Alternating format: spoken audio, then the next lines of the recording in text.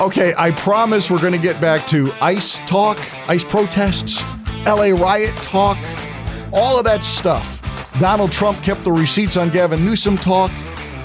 I know you love it because you let us know about it on the Talkback feature on the iHeartRadio app. Thank you for listening on the iHeartRadio app, and thank you for letting us know what you think by using the Talkback feature, expressing your emotions, giving us stories you think we might have missed. I love it.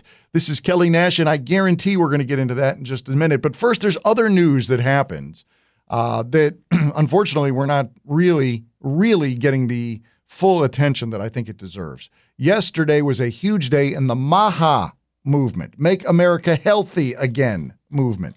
Robert Kennedy did what a lot of us had been hoping he would do, which is fired all 17 members of the Advisory Committee on Immunization Practices, also known as ACIP. Those people were ousted. And if you know nothing, you know it's a good thing because the medical correspondent on CNN is epileptic about it. Here's Meg Terrell. What I'm hearing from folks both on the panel and externally in the public health world is that they're concerned that particularly physicians, who are the most trusted advisors, especially for parents deciding whether to vaccinate their kids, that physicians won't have this trusted panel that's been around since 1964 to depend on, to go to understand what the recommendations are for vaccines. And perhaps an external source may need to be established to provide that kind of trusted guidance. Meg is talking pretty quick there, but let's try to slow it down for you. She's saying that the people on the panel think this was a bad idea. The people who were fired thought it was a bad idea to fire them. Okay, that's an interesting update, Meg. She's concerned, and they're concerned, that the physicians, the most trusted voice in most people's medical journeys, are not going to have this committee to rely on, and perhaps we need an external committee. That's what this was supposed to be. That the Advisory Committee on Immunization Practices were supposed to be that group of people. It's become corrupted, Meg. That's why all 17 were fired. And again, your physician, so if you go to a physician and he's saying, yes, you need every one of these immunizations, as Meg just confirmed, they're basing that off of the Advisory Committee on Immunization Practices. Robert Kennedy, in his post, which takes about 15 to 20 minutes to read it, it's filled with science. You and I are not going to break down the science, well, because I'm not a science guy, per se. I am just a dude who oversees things, and I can come to logical conclusions. But, like, for example, diabetes exploding. We have so many chronic diseases today with children under the age of 12 that never existed previously or rarely existed previously. A lot of it has to do with the food supply. But it could, I'm not saying that it does, it could have something to do with these incredible amounts of injections that kids get. He points out in his post that if you were born before 1986 and earlier, by the age of 1, you had 3 shots. That was it. Today, it's 25. 25. That is a big difference. Now, could those shots be a part of the problem? Could they? I'm not ready to say they are, but what I am ready to say is, according to Robert Kennedy, those shots did not go through thorough examinations. They did not go through the right studies. And he points out, he starts listing study after study after study and pointing out the problems in the studies.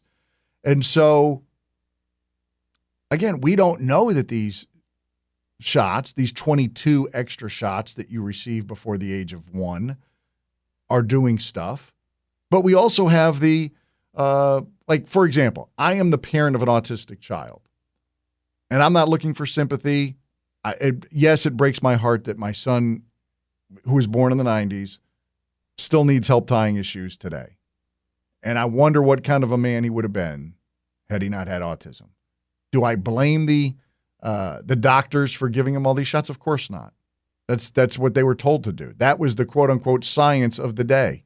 Science of the day is often wrong, all right? And I think that we're seeing that with autism rates. If you look at again, they get so angry when Kennedy points out there was 1 in 10,000 kids. 1 out of every 10,000 were diagnosed with autism in the 60s. They say that that's because the idiots back in the 60s didn't know how to classify autism, that they called it mental retardation, which they didn't. But, okay, we'll go with your argument. We can all agree that by this century, the 2000s, the doctors knew what they were doing. And in 2000, there was 1 in 150 children. If you doubled that in 25 years, that would be a massive epidemic. But you doubled it, and then you doubled it again, and now we're working on doubling it again in the last 25 years. It was 1 in 150 children. It was 1 in 75 children, which is a doubling by 2010. It was 1 in 36 children by 2020. So we doubled it again. In 20 years, you doubled the rate, and then you doubled it again. And we have not heard any reasons as to why that is happening. We don't know why it's happening. But could it be the amount of injections? It certainly could be. I mean, I know that sounds to a lot of you kind of, because it sounds conspiracy theory. He's anti-immunization. I'm anti-giving kids disease. That's what I am. I'm anti-giving kids any kinds of diseases. And when Kennedy points out in his posts that they're using flawed science, then you have to think that that might be the cause. Again, we're not saying that it is the cause. We're just saying it might be the cause. Obviously, the food supply has something to do with it. The chemicals we've been putting in our food, that's not helping anything.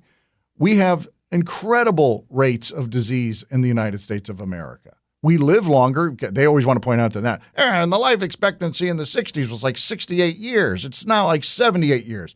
Well, how many of those years are miserable for Americans? They're just hanging around because they got some sort of disease that we can then give them more pills for, more injections for, make more money for big pharma. Yeah, I will say that it does look like there's a correlation between the 17 that were fired and their link to big pharma, and that they rubber stamped things in order to just make more money off the American people's lives. It's an ugly accusation, I know. And the only thing I can use to back it up right now is kind of what we've already discussed here. But yesterday was the first step in starting to try to make America healthy again, I believe. This was a huge day for Americans. We should celebrate what Robert Kennedy did. I'm very excited to see how we move forward. And at least we should all agree. If you love science, it was a great day for science yesterday because these frauds were fired.